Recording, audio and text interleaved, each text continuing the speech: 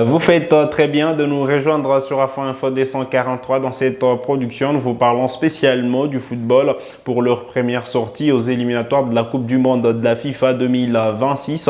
Les Léopards de la RDC ont pris les déçus devant les Morabitoun de la Mauritanie. 2-0 a été le score qui a sanctionné cette affiche disputée au stade des Martyrs à Kinshasa le mercredi 15 novembre 2023. Tout de suite, les moments forts du match.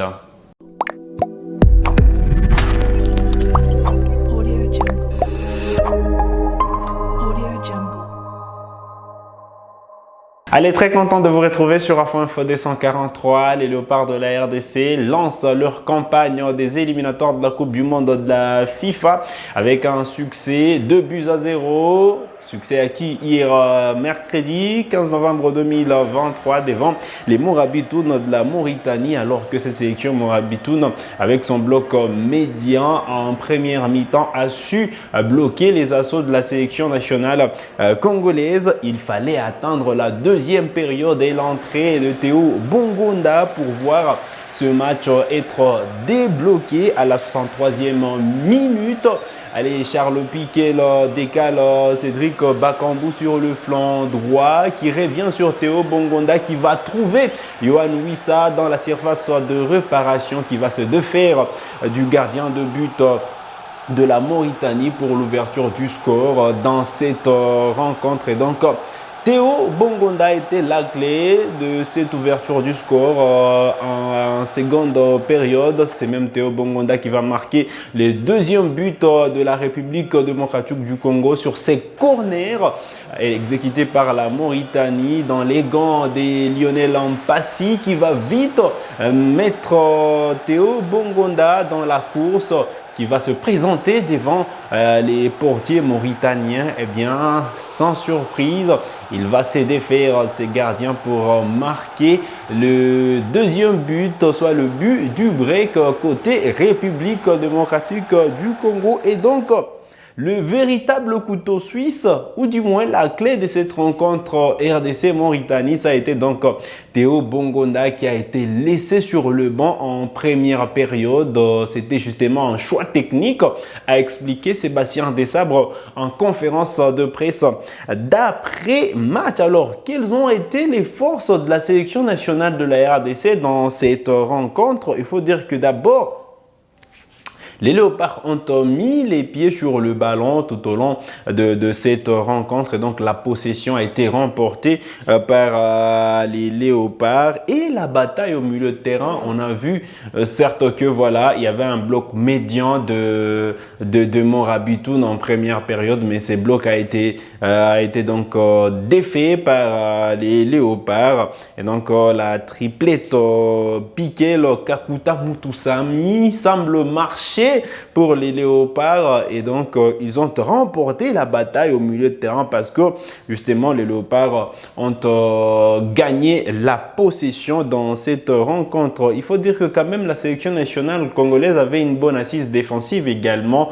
Voilà pourquoi même Joris Kayembe a été préféré à Vital Nsimba pour cette rencontre parce que Joris Kayembe défensivement, on le sait, il est bon et d'ailleurs il est parmi les meilleurs Léopards pour ce match parce qu'il a sorti quand même une très bonne prestation. Lui qui jouait son tout premier match officiel avec la sélection nationale de la RDC, de quoi dire que de quoi dire que Joris Kayembe a bien réussi son baptême de feu et a bien réussi son tout premier match au stade des Martyrs. Je parlais de la bonne assise défensive. Il faut dire que la paire Inonga Baka Mbemba a marché, même si voilà, ça a été quand même un match plutôt...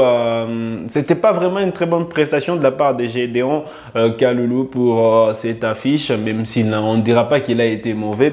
Mais voilà, on attendait mieux de la part des Gédéon Kaloulou. C'était l'unique bémol, le couloir droit pour la République démocratique du Congo. Et on espère que voilà, pour le tout prochain match, Gédéon Kaloulou pourra se reprendre ou du moins le staff technique pourrait justement s'appuyer au choix Brian Bayeye. Alors, l'autre force de Léopard, c'était la profondeur du banc. On a vu que voilà, il y avait du répondant et sur les terrains et en dehors du terrain, de quoi dire que les Léopards ont vraiment une profondeur de banc exceptionnelle. Voilà pourquoi même les joueurs qui sont entrés sont venus changer le match.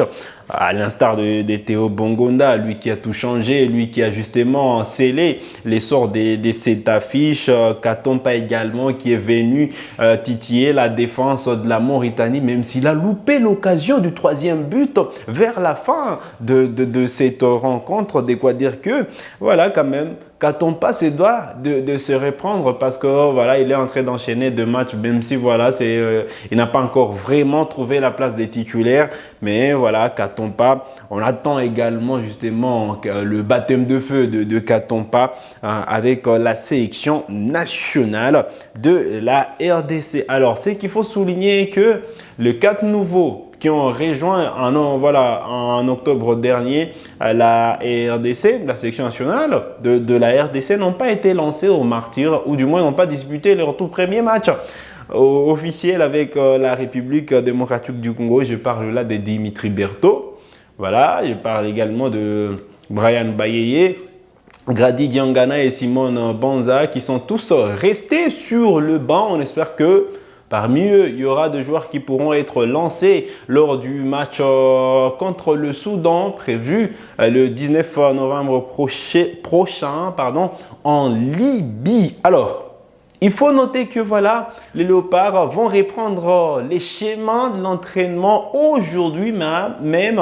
Et donc, pas de repos pour le staff technique, même si voilà, les joueurs qui ont participé à la rencontre d'hier ne sont pas concernés voilà, pour cette séance d'entraînement. Et donc, ce sont les réservistes qui vont devoir se préparer, même s'il y a des doutes sur la participation de Jackson Muleka et Glody Lilepo, selon des sources proches voilà, de l'équipe nationale de la RDC. Ces deux joueurs auraient justement boycotté le match, ne seraient pas présentés avec l'équipe au stade des Martyrs parce qu'ils ne figuraient pas sur la feuille de match. Allez, la nouvelle nous est donnée par notre confrère Julga Luvundi Sakio, journaliste à Kinshasa, qui parle justement de ces comportements des Lilepo et Muleka qui seraient dans les viseurs du staff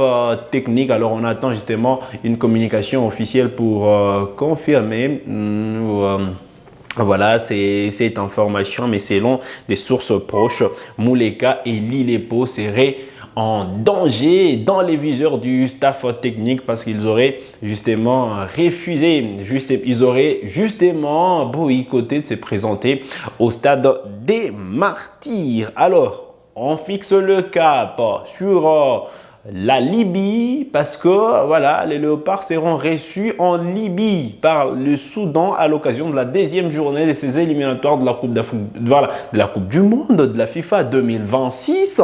J'y arrive. Et les Léopards devront de gagner également pour terminer cette année 2023 en tête de ces groupes B des éliminatoires du mondial. On le rappelle, les Léopards partagent le même groupe avec le Sénégal, le Soudan du Sud, la Mauritanie et les Togo. Et voilà, c'est l'équipe qui pourra terminer en tête du groupe qui pourra se qualifier à la phase finale du mondial prévu, vous le savez, au Canada, au Mexique et aux États-Unis concomitamment. Voilà, donc ce qu'il faut retenir de la préparation, comme je l'ai dit, l'entraînement reprend aujourd'hui avec les réservistes. Les joueurs qui ont disputé la rencontre d'hier sont laissés au repos et pourront reprendre la préparation demain.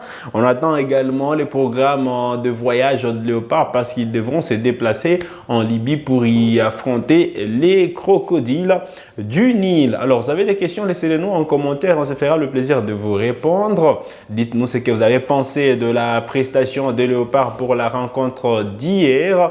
Et donc, on se fera les plaisirs de vous lire. Alors, vous êtes nouveau à la chaîne, cliquez sur s'abonner, activez la cloche des notifications pour ne manquer aucune de nos prochaines productions. Likez cette vidéo si elle vous a plu et merci de nous avoir suivis.